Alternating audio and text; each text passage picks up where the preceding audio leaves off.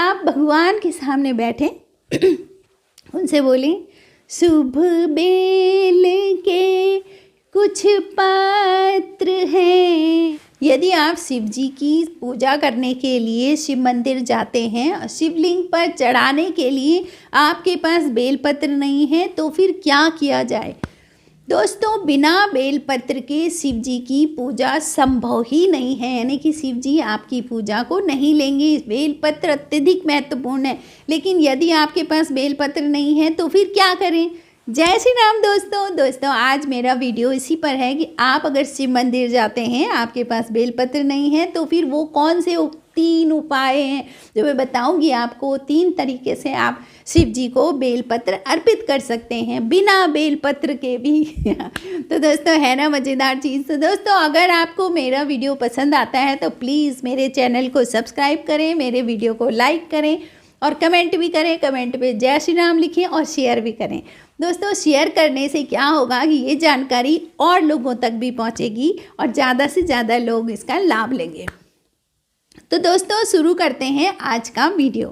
दोस्तों, यदि आपके पास बेलपत्र नहीं है, देखिए आजकल जाड़ों का मौसम है, पतझड़ आ जाता है, सारी जो पत्तियां आपको मिलेंगी भी ना बिल्कुल मुरझाई हुई सी, उन पर कीड़ा वीड़ा लगा होगा, कहीं ना कहीं से कटा फटा छेद करा हुआ होगा उसमें। तो हमें बेलपत्र लेना अत्यधिक मुश्किल हो जाता है। कभी कभी क्या होता है, आपके घर के आसपास शिव मंदिर तो है बट बेलपत्र का पौधा ही नहीं है, तो आप बेल के पत्र कहाँ से शिव जी को अर्पित करें? क्योंकि पूजा पाठ तो निरंतर चलता है, उसमें जाड़ा गर्मी बरसात कुछ नहीं देखा जाता है। तो दोस्तों, इस चीज़ के लिए बहुत अच्छे उपाय जो हैं हमारी सनातन परंपरा में हैं, हमारे शास्त्रीय विधान में हैं। तो उन उपायों को आज मैं आपको बताऊंगी। दोस्तों, क्या होता है ना कि भगवान भाव के भूखे होते हैं, लेकिन कुछ चीज़ें ऐसी हैं जो भगवान जी को अर्पित करनी ही करनी होती हैं। भूख उसी से मिटेगी। जैसे गणेश जी को धूप देना ही देना है। अब धूप नहीं हो रही तो वो आप करो, आपको कुछ ऐसा करना है कि धूप को कहीं ना कहीं लगा के रखना है, ताकि आपको पूरा कंटिन्यूअस निरंतर रूप से आप गणेश जी को धूप चढ़ा सकें। तो इसी तरह से बेलपत्र भी है। दोस्तों, इस पर एक कहानी है। आप सबको पता होगा कि शिव जी ने गणेश जी की गर्दन काट दी थी, तभी तो गणेश जी का सिर हाथी का है। तो फिर उन्होंने उनकी गर्दन गुस्से में एक बार काट दी थी, तो उसके बाद गणेश जी को हाथी का सिर लगाया गया। दोस्तों, उस समय शिव जी ने एक संकल्प लिया था कि आज के बाद खंडित वस्तुओं को मैं स्वीकार नहीं करूँगा। कोई भी कटी फटी चीज़ें हैं, अब उसमें हमारी बेलपत्र भी आ गई। अगर आपकी बेलपत्र कहीं से कटी फटी है तो शिव जी उसको स्वीकार, आप भले चढ़ा लो बट शिव जी को वो स्वीकार नहीं है, वहाँ तक नहीं पहुँचेगा। आपके टूटे फूटे चावल अक्षत होंगे तो वो भी शिव जी को नहीं चढ़ते हैं। फूल भी अगर खंडित है तो वो शिव जी को नहीं चढ़ता है, शिव जी को पूरा फूल चढ़ता है। खंडित वस्तुओं को नहीं लेते हैं उस दिन से। तो दोस्तों, पहली चीज़ क्या करें, ये शिव पुराण में है दिखा हुआ कि जो बेलपत्र शिवलिंग पर अर्पित हो रखे हैं, आप उन्हीं बेलपत्रों को ले करके धो करके आप दोबारा से एक एक बेलपत्र शिवलिंग पर अर्पित कर सकते हो। दोस्तों, आपने कभी देखा होगा शिवलिंग पर बेलपत्र को सुल्टी तरफ से ऐसे चिपकाओगे ना, तो वो ऐसे चिपकता है जैसे मैग्नेट लोहे को खींचता है, पकड़ के रखता है। ऐसा ही उस पर एक अट्रैक्शन होता है। दोस्तों, एक एक पत्ती लगा करके आप शिवलिंग पर वो बेलपत्र अर्पित कर सकते हैं। 5, 7, 11 उसी में से लेके धो के आप उनको अर्पित कर सकते हैं और फिर उसके बाद जल चढ़ा सकते हैं। तो दोस्तों, आपके पास बेलपत्र नहीं थे, आपने वही बेलपत्र धो के दोबारा से अर्पित करें, शिव जी तक वो पहुंच गए हैं। तो ये हो गया पहली चीज़, जब बेलपत्र ना हो। दूसरी बात क्या है दोस्तों कि हम मंदिर गए, वहाँ पर किसी और ने भी नहीं अर्पित कर रखे हैं बेलपत्र, तो अब आप बेलपत्र को कहाँ से लाएं, ये बड़ी समस्या हो जाएगी। तो दोस्तों, इसके लिए भी एक शास्त्रीय विधान के अनुसार है कि आपकी जो ये 3 उंगलियां हैं, ये त्रिदल पत्र है। दोस्तों, तर्जनी, मध्यमा, अनामिका, ये 3 फिंगर जो है ये बेल पत्र है, आप समझ लीजिए।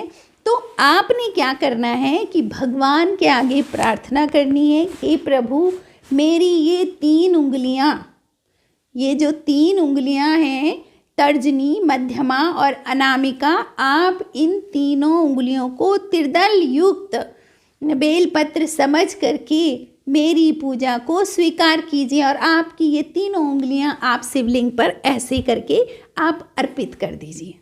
आप अपनी तीनों उंगलियों को अर्पित कर दीजिए और भगवान से कहिए कि आप इसको त्रिदल युक्त बेलपत्र समझ करके मेरी पूजा को स्वीकार करें, तो आपकी पूजा भगवान स्वीकार करेंगे। दोस्तों आपने देखा है ना, त्रिपुंड लगता है शिव जी को। इन तीनों उंगलियों से शिव जी को त्रिपुंड लगाया जाता है और शिवलिंग पर ऐसे ऐसे, है ना, पहले लेफ्ट से राइट फिर राइट से लेफ्ट। तो वो त्रिपुंड, 3 उंगलियां बहुत महत्वपूर्ण हैं दोस्तों। उसमें ये नहीं है और ये भी नहीं है, ये 3 हैं बीच की 3 उंगलियां।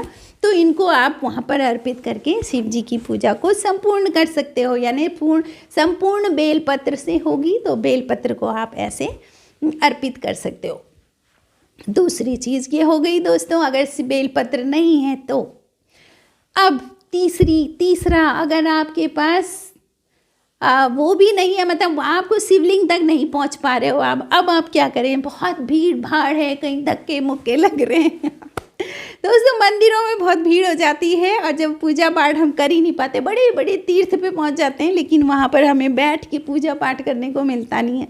तो फिर एक बहुत अच्छी चीज़ हमारे सनातन परंपरा में है दोस्तों, आप कुछ मत करिए, एक कोना कहीं पर देख लीजिए मंदिर में, कहीं पर कोना जहाँ पर कोई भीड़ भाड़ ना हो, आप उस कोने पर बैठ जाएं, आप आंखें बंद करें, मानसिक पूजा करें, है ना दोस्तों। आप मानसिक पूजा करें, कैसे?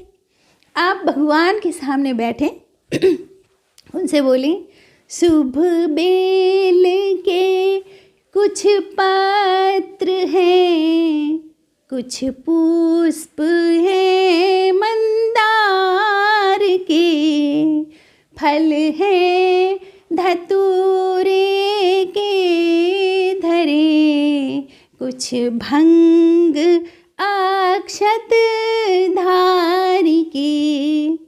बस ऐसा बोल करके आप आंखें बंद हैं, आप गा रहे हैं और मन ही मन में सोच रहे हैं कि मैंने बेलपत्र भी चढ़ा लिया, मैंने भांग के भी अर्पित कर दिए, मंदार के पुष्प भी अर्पित कर दिए, अक्षत भी चढ़ा दिए हैं। सिर्फ मन से आपने सिर्फ इमेजिन करना है कि आप ये सब आप शिव जी को अर्पित कर रहे हैं और भाव से, दिल से, आपके आँखों में आंसू होने चाहिए।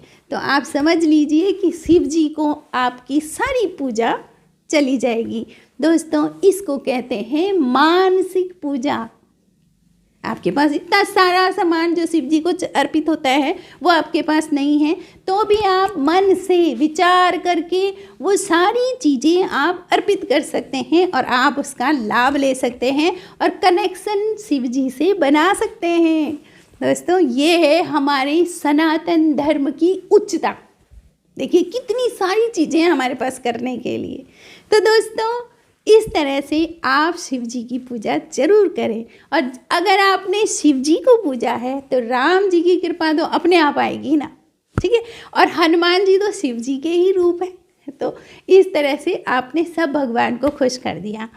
तो दोस्तों आपको मेरा वीडियो कैसे लगा प्लीज़ कमेंट ज़रूर करें और कमेंट में जय श्री राम लिखें। और दोस्तों स्वस्थ रहें, खुश रहें और अपनी पूजा पाठ में लगे रहें, क्योंकि आखिरी तो वहीं की है यात्रा हमारी।